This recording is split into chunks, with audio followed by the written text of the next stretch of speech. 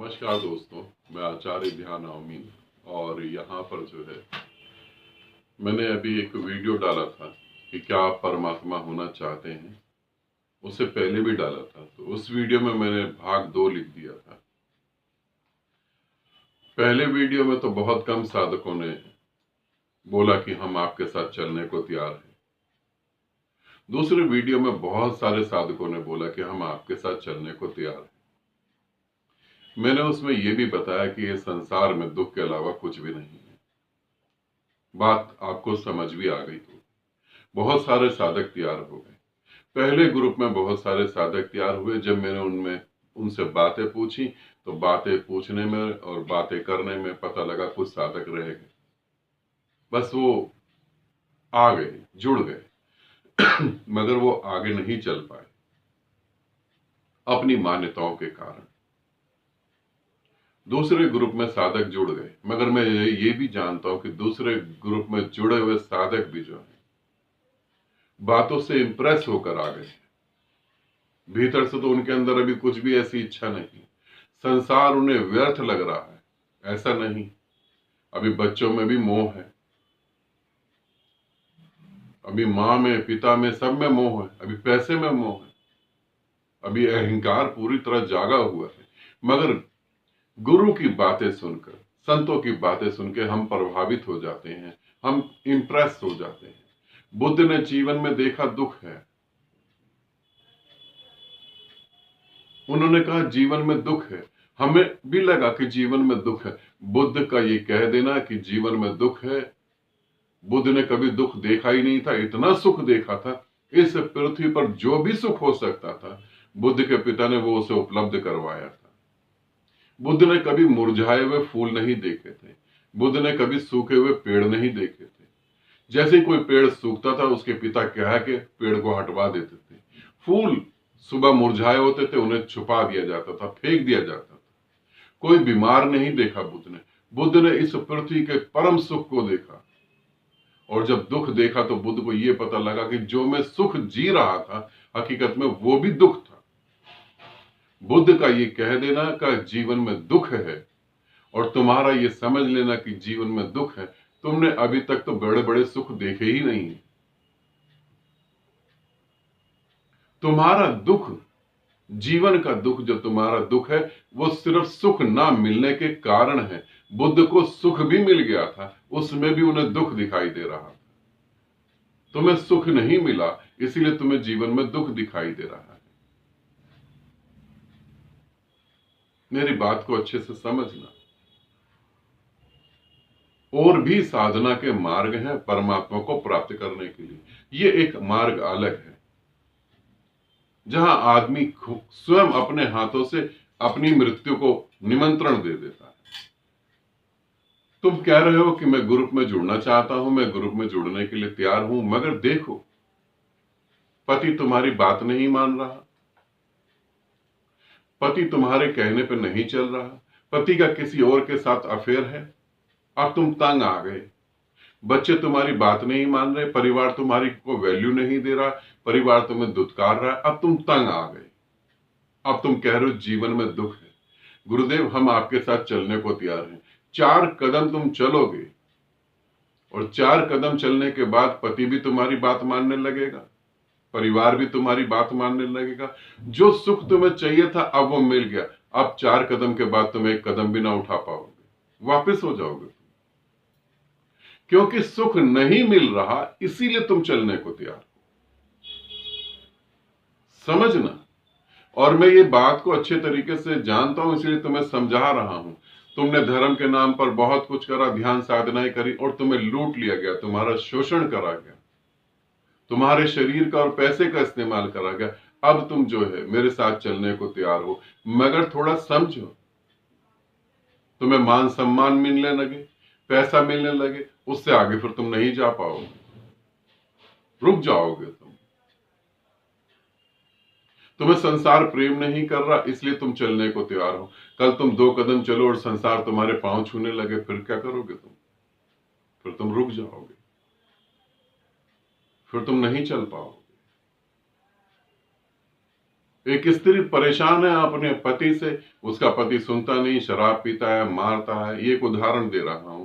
दूसरी औरतों के साथ प्रेम संबंध में पड़ा हुआ है, वो स्त्री किसी एक व्यक्ति से प्रेम कर लेती है, दुख बताती है, और दुख सुनने के कारण दूसरा पुरुष उसकी तरफ अट्रैक्ट होता है और वो उसके प्रेम संबंध में पड़ जाता है। स्त्री अपने पति को छोड़ के किसी और को प्रेम करने लगती है, खूब कस्में वादे सब कुछ चलता है, मगर पति सुधर गया, पति गिफ्ट ला रहा है, किसी और औरत से संबंध नहीं है, उसकी रिस्पेक्ट कर रहा है। अब वो पत्नी क्या करेगी? वो पति की तरफ वापस लौट जाएगी, क्योंकि उसे दुत्कारा गया था, उसकी इज्जत नहीं थी, उसको इज्जत नहीं मिल रही थी, अब वो मिलने लगी, अब वो वापस चली जाएगी। यही उदाहरण को समझो, संसार तुम्हें नहीं एक्सेप्ट कर रहा और तुम परमात्मा के मार्ग पर चलोगे और वो तुम्हें एक्सेप्ट करेगा, तुम भाग जाओगे वापस। एक भूखा आदमी कहता है कि मैंने व्रत रखा है, खाना ना मिलने के कारण अगर कोई व्रत रखता तो उसे व्रत नहीं कहते, मजबूरी कहते।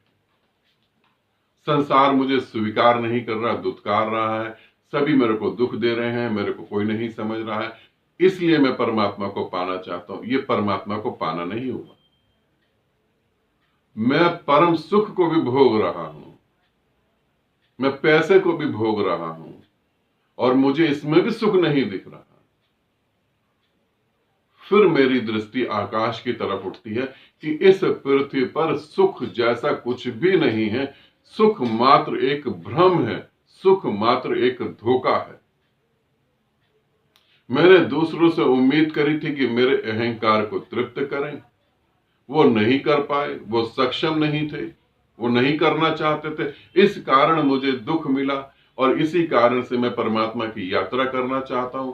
तो मैं सभी साधकों को ये कहना चाहूंगा, फिर तुम यात्रा नहीं कर रहे, हकीकत में तुम सुख पाने का एक नया रास्ता ढूंढ रहे हो और जहां तुम्हें सुख मिला वहीं तुम ठहर जाओ, आगे नहीं बढ़ पाओगे। अपना समय मत खराब करो, इसे समझना। एक साधिका ने अभी सुबह मैसेज करके बोला है कि आप मेरे साईं हैं, आप मेरे शिव हैं, आप ही मेरे सब कुछ हैं, मुझे मार्ग दिखाएं, मैं इन झूठे संबंधों को अब नहीं जीना चाहती। क्यों? क्या वहां पर, इसे समझें, क्या वहां पर तुम्हारी पूरी रिस्पेक्ट करी जा रही है? क्या वहां तुम्हें देवी की तरह पूजा जा रहा है? क्या वहां तुम्हारी सलाहें ली जा रही हैं? क्या वहां तुम्हारे जयकारे हो रहे हैं? क्या वहां पर तुम्हारे को बहुत मान सम्मान मिल रहा है? सारी पावर तुम्हारे हाथ में दे रखी है। अगर ये है सारा कुछ और फिर तुम परमात्मा को पाने के लिए मेरे साथ चलने को तैयार हो तो बहुत अच्छी बात है। फिर तो मैं तुम्हें दोनों बाहें फैला के अपने गले से, अपनी छाती से लगा लूंगा, फिर तो ठीक। मगर ये सब कुछ नहीं हो रहा तुम्हारे साथ, इसलिए तुम परमात्मा की तरफ जाना चाहते हो। तो ध्यान रखना, कुछ नहीं हो रहा था इसलिए तुम यात्रा करना चाहते हो, और जो नहीं हो रहा था वो कल सुधर जाएगा, तुम वापस मुड़ जाओगे।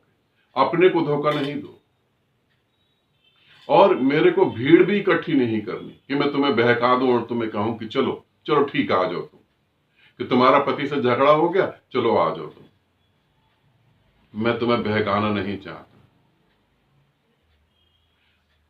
दोबारा से सोचना, मैं इस वीडियो में भाग 3 लिख दूंगा, अच्छे से सोचना, समझना, फिर कहना। क्योंकि जब तुम कहते हो मेरे को, तो तुम्हारे शब्द अलग हैं, तुम्हारे जीवन की भावनाएं अलग हैं।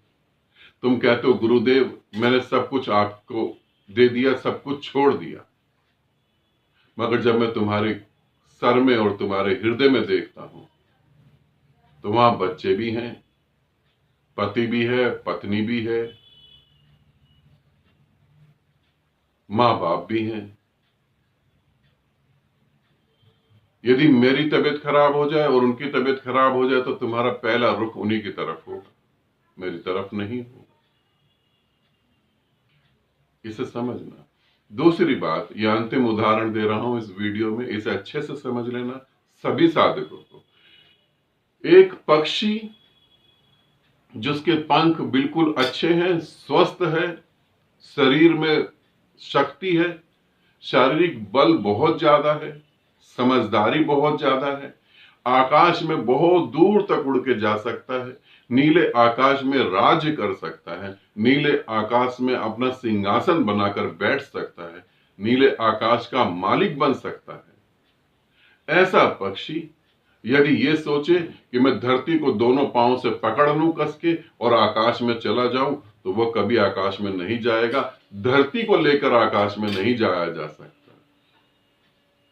ऐसे ही तुम सब प्यारे साधकों ये समझना, परिवार को और समाज को और तुम्हारी मान्यताओं को लेकर कभी तुम आकाश में नहीं जाओगे।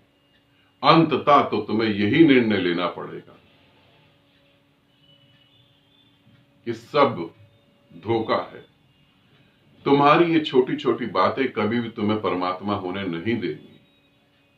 तुम्हारे ये छोटे छोटे रिश्ते कभी तुम्हें परमात्मा नहीं होने देंगे। इंसान उस ब्रह्मांड से पूरी तरह जुड़ा हुआ था जब तक उसका दिमाग विकसित नहीं हुआ था। जैसे जैसे दिमाग विकसित हुआ, अपने जीवन को कंफर्टेबल बनाने के लिए, अपने जीवन को सुविधाजनक बनाने के लिए उसने कुछ नियम बनाए। वो नियम आकाश और पृथ्वी के बीच में एक लेयर का काम करने लगे। उसने समय का निर्माण करा, उसने इकट्ठे रहने के लिए समाज का निर्माण करा, इकट्ठे रहने के बाद सब व्यवस्था बने, उसने कानून का निर्माण करा। इस तरीके से वो हर चीज का निर्माण करता गया और वो परत मोटी होती चली गई। आकाश थोड़ा अलग हो गया, पृथ्वी थोड़ी अलग हो गई। अब तुम सोचो ये सारा कुछ लेकर तुम आकाश में उड़ जाओगे तो तुम अपना जन्म खराब कर रहे हो। उड़ तो कोई ना पाएगा। बुद्ध ना उड़े, महावीर ना उड़े, कृष्ण ना उड़े, मैं भी नहीं उड़ पाया। सब कुछ छोड़ के ही उड़ा जा सकता है। तुम समझो कि तुम एक पक्षी हो। अब तुम्हें पृथ्वी को पकड़ के रहना है या आकाश में अपने सिंहासन पे बैठना है, ये तुम्हारा है डिसीजन। ठीक है, आनंदित रहो, सदा खुश रहो, बहुत बहुत प्रेम तुम्हें, और अच्छे से सोचो, मैं तुम्हें साथ ले जाने के लिए ही इस पृथ्वी पर आया हूं, मगर तुम चलने को तैयार हो या नहीं हो ये तुम्हें सोचना होगा। दोबारा दोबारा सोचो। इस मार्ग पे चल पड़े, वापिस आने का कोई उपाय नहीं है। वापिस आए तो जीवन नरक से भी बदतर नरक हो जाएगा। इसे ध्यान रखना। इसीलिए बार बार मैं ग्रुप में भी इन बातों को बोल रहा हूं। परमात्मा को पाने के और भी मार्ग हैं। उनमें से एक मार्ग यह है कि गुरु को अपना सर काट के दे दो।